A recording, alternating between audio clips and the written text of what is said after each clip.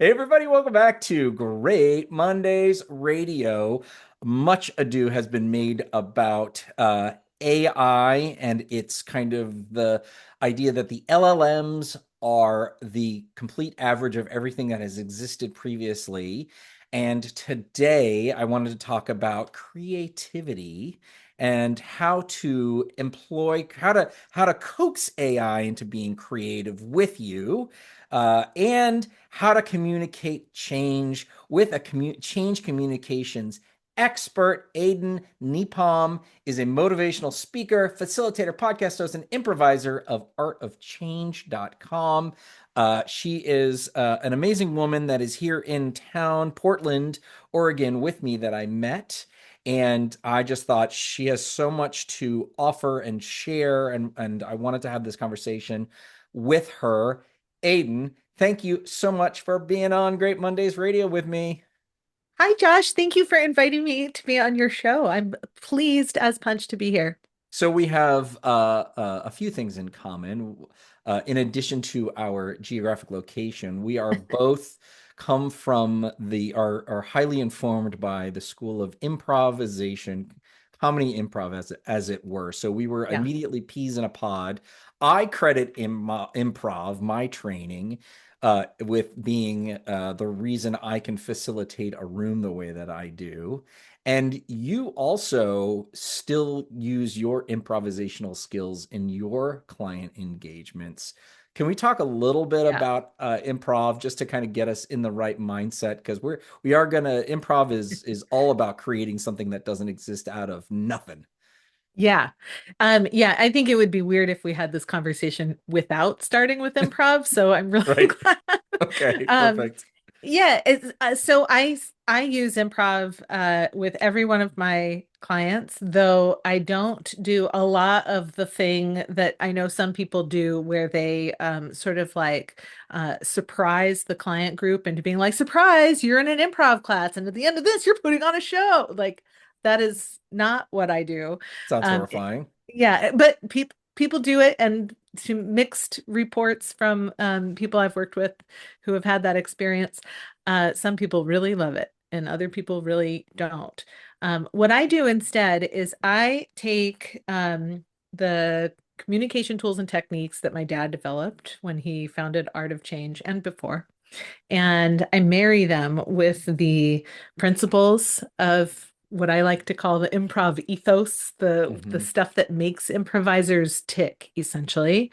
And I push those together so Mm. that we have an experience for clients where they can bring new concepts to life, where they can look at something from a new angle. So sometimes we use literal improv games, but sometimes it's just a matter of sort of like imbuing the principles behind that into the group discussion or um, into into practice, that type of thing.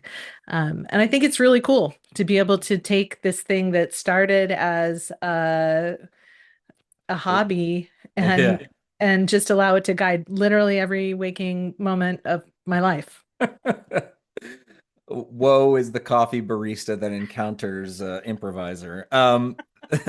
Right. Because and I've shared this, I think, in other interviews, but I do have a degree. It's in medieval European history. I have a minor in political science. I was really into constitutional law. These are useful and interesting fields I could have pursued, but I went with the professional improv and facilitation. Yeah, somehow more applicable. What would you say are what are the stuff that improv is made of that allows you to access new kinds of ideas, creativity, as he makes a bridge to creativity as a topic? Yeah, so improvisers have a whole set of behaviors that we learn through the course of training and or just doing, just in the very act of creating things together. We have these behaviors that are kind of like encoded in how we show up.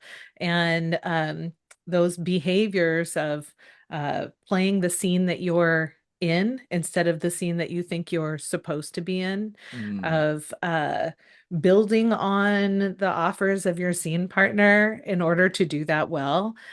So sharing the responsibility for creation instead of owning the responsibility for creation, whole body listening. So you're not just pulling, you may pull a few threads, a few details to play with, but you're aware of all of the offers on the table. hmm. Body language, tone, language, that noise coming from outside the theater, the light that's hitting your face, all of these things, right? So, Yeah. though, and there's more, and I don't need to go into like book level Yeah. detail here, but There are books if you want them. there are books. Someday I might write one. But but I think that those behaviors really guide how improvisers show up, and they become really useful in the workplace in surprising ways. People are always looking for training on listening skills and all of that kind of thing. But when we show up with the frame of mind that like it's not just about listening for the sake of listening. We're listening for a reason. We're listening Mm, because we're sharing the responsibility of creating something, hmm. or trying to notice all of the offers in the room, not just the thing that we came in thinking was important. Yeah, to me, well, this is one that it's just a constant practice, which is the preconceived notions, ridding yourself of preconceived Yeah. notions. And that is, you just, in improv, it's like, I have a great idea. And as soon as you say that, it's like a terrible idea.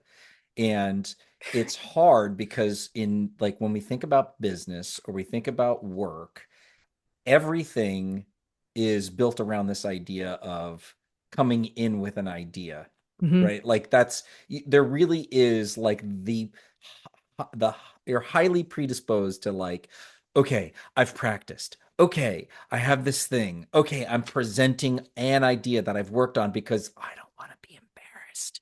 Right. I mean, it's beyond that too. Like certain fields, the stakes are quite high. Like surgeons are working in a life and death Right. situation. Fighter Yeah. pilots are in a life and death situation. So the idea that they might have something feel unplanned sounds really inappropriate, except that unplanned stuff shows up all the time. So being able to go, okay, this is what I thought was supposed to happen. This is what's actually happening. What do I want to Mm. do now is a Mm-hmm. really important Mm-hmm. Mm-hmm. skill for literally everybody in every situation. Preparing for the unprepared. Yes. Yeah, yeah. And so, to bring it into the world of change and change management, there's lots of different models talking about how people go through the change cycle and what that represents. And um, one of the biggest things that I think people kind of miss when they're communicating change at work is even with all of that planning, they forget that it's not an automatic thing for people to go, um, this is the scene I thought we were playing, and now this is the scene that we're in. That's hard for people. Not everybody. Improvisers are really adept and practiced at being like, okay, this is the scene we're in. And even outside of the improv stage, people struggle. So there is something that has to happen in order for people to go from playing the scene that they wanted to play versus playing the scene that they're in. And Hmm. that's why practice is so important. All right. Well, we could absolutely have further conversations along this path, but I want to add in another ingredient, which Yeah. is AI.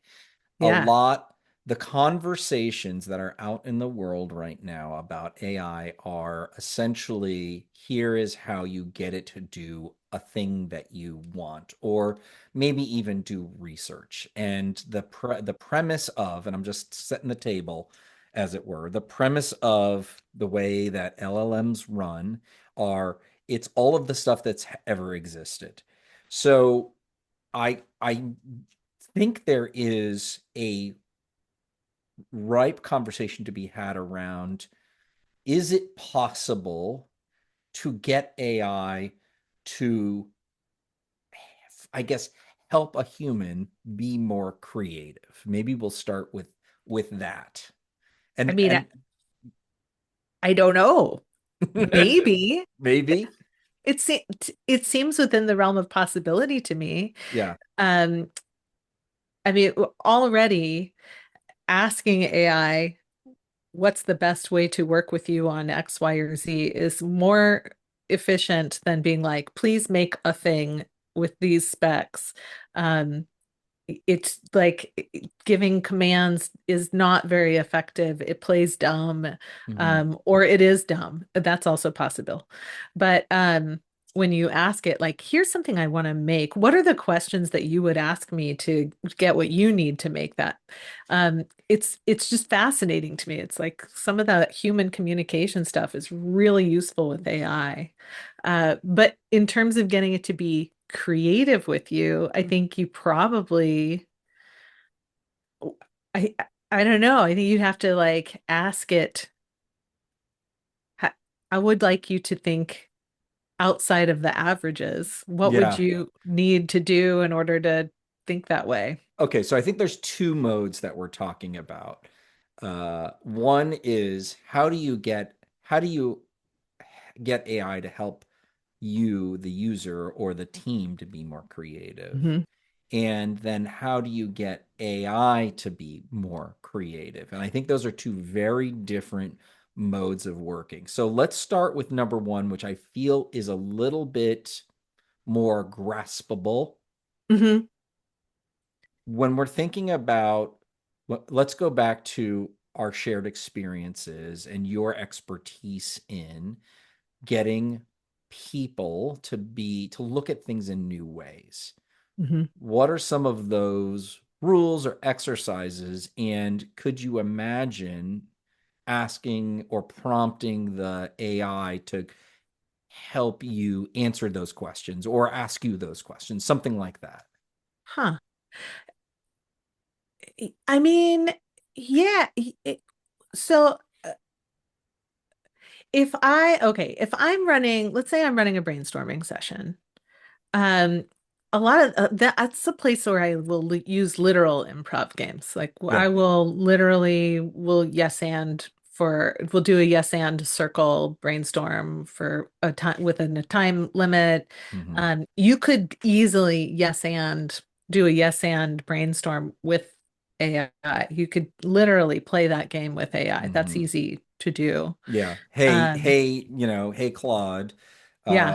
we're gonna come up with some ideas, Hmm. and the goal is to build on the every idea, and I want you to use the response yes and an add on to it. Yeah, I mean, you could literally be like, I want to play an improv game with you. Claude is familiar with improv games because, Okay, so it's already you're like act as an yeah, improviser, an expert improviser.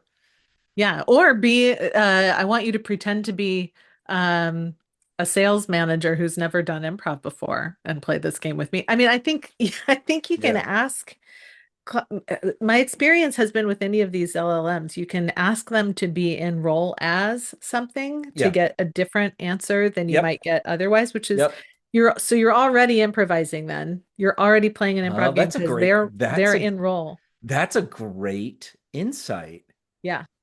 That's really interesting. So I mean, most of my prompts, I know that the responses are going to be much better when I say act as, Hmm. pretend you are. Yeah. And the more specific, the better the response, like the more robust the response. And And it's a, sorry, go no, ahead. no, no, no, no. It's good. It's good. Keep going. Yes, Well, I and don't think it's shocking that that's true just because these LLMs are trained on human patterns of speech and writing. So it kind of makes sense to me. Like a long time ago, I used to teach singing lessons, a long time ago. And one of the ways I would get my students to go from poor singing to better singing was I would have them pretend to be a really famous singer, like choose the style of music they yeah, like and pick a yeah, singer in that yeah. category. And now you're just going to sing like that. You're just them now. And so now you're going to re-sing this thing. And they would, I mean, it was really wild how quick their singing skill would go. And you go, okay, notice what happened in That's your face and your amazing. singing aperture to change what you were doing.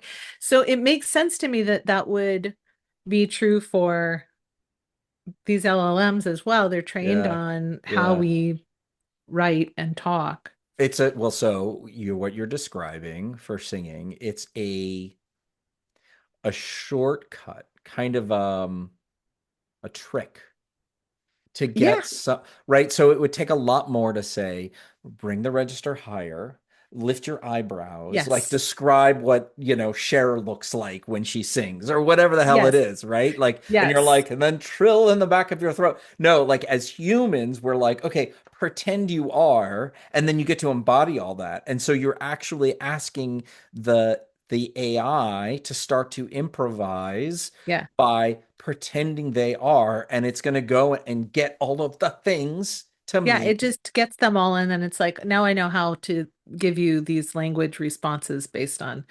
it is wild because working with an AI does feel like you're having a conversation at this stage. I feel like last year that wasn't true. Yep. Um, so the rate at which that is advancing is really remarkable. But it feels like talking to a person, um, which is an even better reason to just like tell them who they're supposed to be playing in the conversation. Okay, so that's a great of kind of moment of improv, a way that we're getting at it. I'm going to challenge or like provide a useful tool that is the antithesis of improv, which Okay. is I found that a great way to work with an AI to generate more ideas, and you've already actually in this, you've already said it, which is ask me questions, Oh yeah. prompt me. So my quip about this is like, it's not, you're not meant to prompt AI. It's better if you get AI to prompt you. And in improv, your goal is you should never ask a question because it stalls the scene. There's no forward momentum. How do you think about the difference here? Well, I come from a school of improv where questions are allowed as long as they give information. So, Oh, okay. a Teach que me. yeah, Teach so me, like, mistress. okay. So I never took your class, so give me some. there are differences between useful questions and questions that come from a place of fear and add nothing and stall things out. So, fear-based questions sound like, who are you? Where are we? What are we doing? How'd you get here? All of those are like, Hmm. those are non-starters. That's going to stall your scene out. Yeah. But if I am in character and having normal feelings and reactions, questions are part of natural human speech. So if I walk into a scene and I go, um, oh, how did you get a hold of mom's old doilies? That's giving you something to answer that is also embedded with a bunch of That's information to amazing. I can't begin believe with. I never got to that thread. That's incredible. Well, I do a lot of full-length improvised plays and musicals in my Yes. spare time. So, in addition to doing comedy improv, like Whose Line style improv, I Yeah. also do 2 hour long stories. So we need to be able to communicate like people. And even in that case, with people who are new to that style of improv, one of the things that you help them to elevate their skill is you prompt them by going, pretend this is a written script. So even though they're improvising, now there's this like programming, P- That's I so cool. No, yeah. that's so cool. Did we talk Even about did we talk about I used to be in a group that only did heralds. okay. And that's like it was an hour long like Yeah. series of scenes that eventually connected. Yes. So I don't know. That was just a personal thing. If you're just listening in, I don't know, having a moment with Aiden. Heralds Okay, are great for storytelling, by the way. yeah. You can do a full narrative that is a herald, and they are essentially the same as long as instead of pushing an agenda, you're playing the scene that's there and noticing all of the offers from the beginning of Yep, your scene work all the way to yep, the end so that you can yep. make those connections. I've had some of my biggest successes and my biggest failures trying doing heralds. So Yes, that that's checks out. that's for That's for a time. It's been magical. It really has been amazing experiences. Okay, so prompt. So ask me questions. Mhm. What would you hmm, how would you get how would you get AI to ask you better questions? I'm still experimenting with this a little bit because one of the things that I've noticed is if even if I set a time limit, it sometimes it'll just go in a loop and it doesn't really have a sense of time for at Hmm. least I haven't noticed Claude or ChatGPT being able to be like, okay, that's 1 minute. Our question period is up. Like I'm still in charge of that. Hmm. Um, and I have noticed that uh both of them are a little too polite. I think you can put it in your settings to be less polite, but the reason that's a problem is when I push back on something or I ask a clarifying question, a lot of times those LLMs will immediately tell me how smart I am. And Yep. as much as I love hearing that, It's I know not it's it's not not helpful. about that. Yeah, that's right. It's not helpful. That's not helpful I right I now. know I'm smart. It's not about that. Uh, it's like what I really want is for them to poke holes in the thoughts that I'm having. So I'll have to remind them sometimes, like, here's the task, or um, be really decisive in my own conversation and go, okay, that's enough of the question period. I'm done with that. Yeah. Yeah. Okay, so we've accidentally hit one point on both of these. So with the act as, that is a shortcut or a powerful way to get AI to be more creative. I think so. And then the ask me questions is a way to get AI to help me become more creative. Yeah. Ask me questions, ask me all the questions that would lead to unexpected answers in this problem, let's say, Mhm. because then you're responsible. The human is responsible for the creativity, and that is just the tool. Yeah, I mean, at least at this early stage of AI, which I think it is very early still. I think those have both been interesting and useful to play with. I would encourage people to experiment with that on things that feel, I don't know, choose your stakes on what you want to experiment with. But um, I think that that's really useful and interesting. Something that has been on my mind, though, that I don't have a solution for, it's been on my mind because a good friend of mine also, she's like, I think she talks to AI more often than she talks to people, which is maybe problematic or not. I don't know. Let's But Yeah, let time be the judge. we'll see how that pans out. But one of the things that she pointed out to me recently, she's currently job hunting, and she would consider herself like an outlier. And she thinks of LLMs as being averagers. So when she's job hunting, she feels like she's getting ruled out for positions because she doesn't fit the like primary criteria I know being that entered. feeling. Yep. Yeah, so because she's an outlier. But one of the things that's really incredible about her skill set is she's a super fast learner. She has never met a system that she couldn't just adopt within a short amount of time and then improve on. She's real like logic, math, spreadsheet LLM friend, kind of like she's like, is it tech? I'm interested. But for a lot of the jobs that she's looking for, they are like, we're interested in people with these previous titles, Yep. or AI decides that those previous titles are Yep. your best bet for a candidate. And Yep. so there's this thing that's happening where AI is being embedded in the hiring process, or at least Yep. the search process. Yep. And I don't know the solution for this, but it would be I guess we could ask AI ask AI to think creatively about this, how to solve this problem.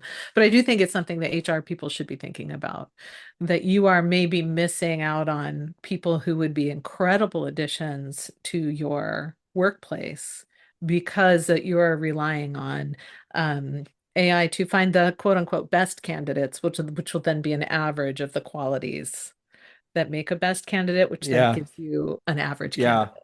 Yeah, yeah. Well, I'll draw a parallel, which is when we used to do, I used to do some testing for creative ideas. We would always try to get the client to choose one that was way out there, one that Mhm. was an outlier, right? Because you're more likely to choose the ones that are acceptable, you've seen before, yada Right. yada. So I wonder if there are I mean, the problem with, and I've thought and written a lot about this on my Substack, which is the problem is that it's about solving the problem of we now get thousands of applications. Yeah. And so it's an efficiency problem, not a creativity problem that they're Right. solving. And that becomes like you want to narrow the field down as quickly as possible, and you don't want take any risks. Right. Yeah. Yeah. It seems highly unlikely that an HR person would ask AI to please narrow down this field of candidates to the least likely hire. Yeah. But you might want to. I don't know. That would feels risky, but that might be an application at least worth looking at just to test what your AI is Yeah. averaging. Yeah. I think that's really interesting.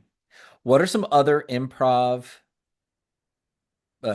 games, prompts, tools, rules that we can test, right? Not test, but do a mental experiment with now to see if we it would make sense uh to push and get AI to be more creative or help us be more creative.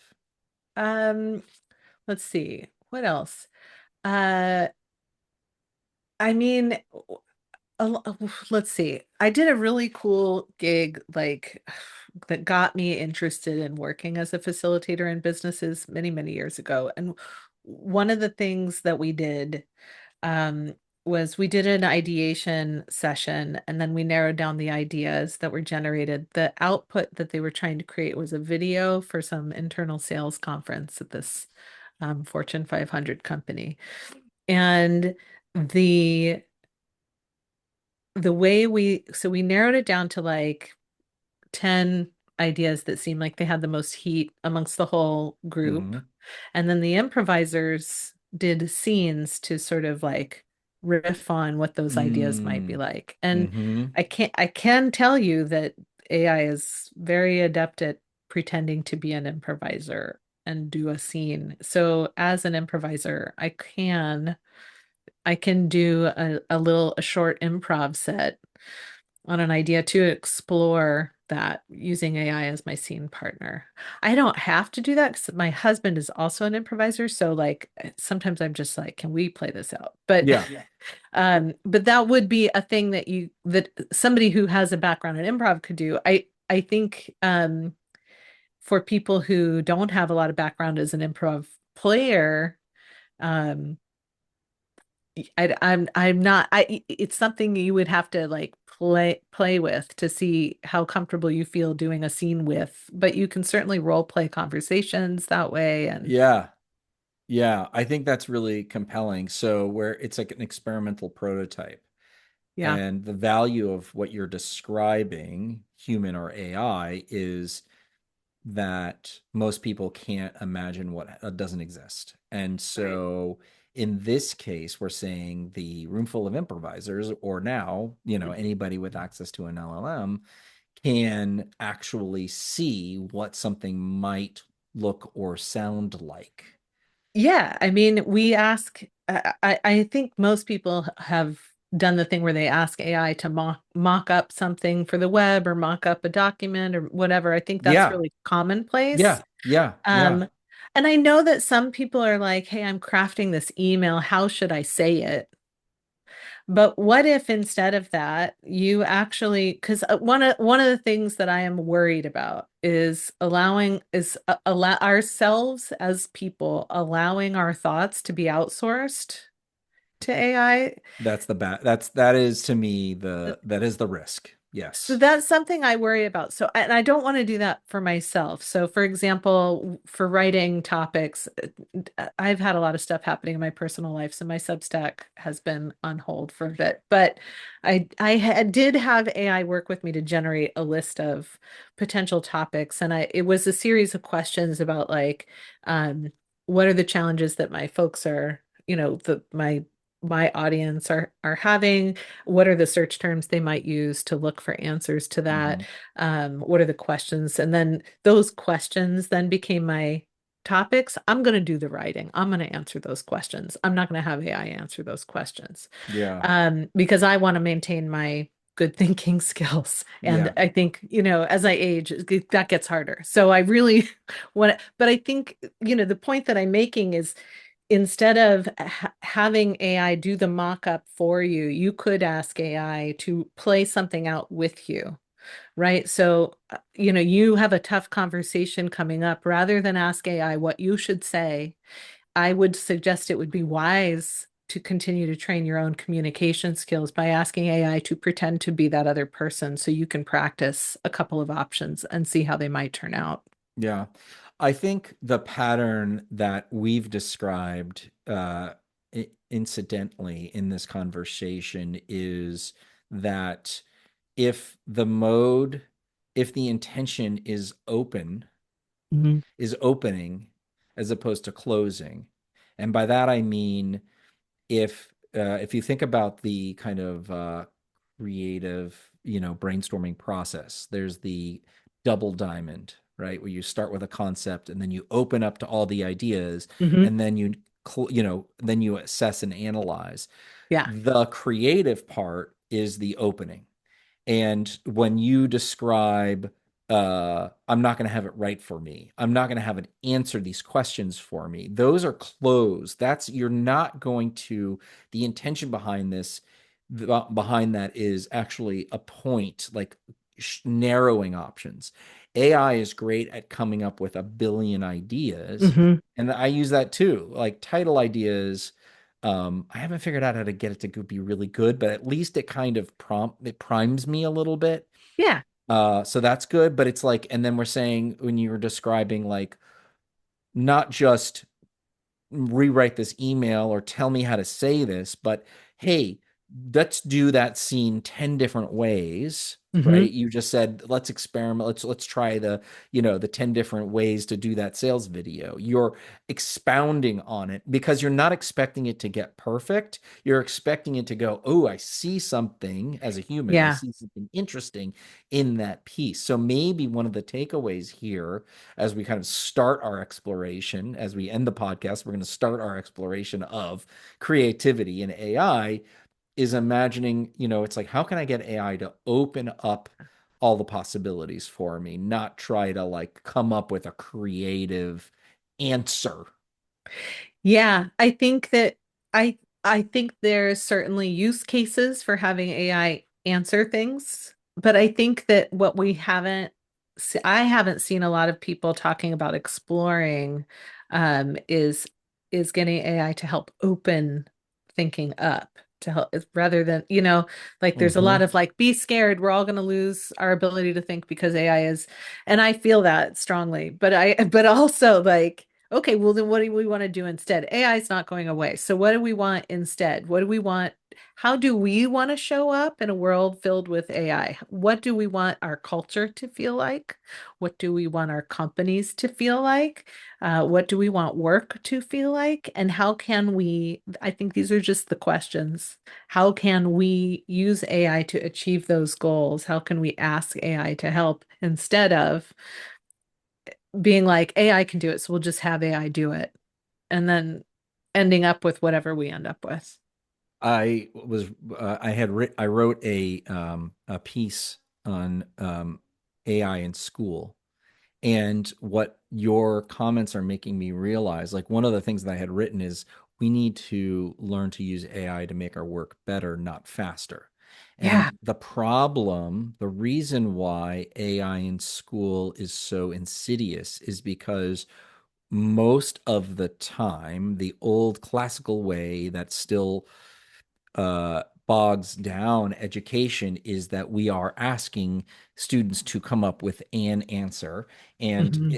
okay, fine, right? Like in math, but there's also now it's like my kids are coming home with like the answers. There's an answer Yeah. sheet because you got to figure out how to do it. I want you to know that's a better way of doing it, but also write this paper. Here is the answer, and it's a demonstration of what you have learned, not the learning itself. And I just wonder if we need to be thinking about AI as, in school or in any context as, hey, how does it help us broaden our ideas, Hmm. expand on that learning, not not for creating a thing, because it's Yeah. very good at creating Yeah. the thing.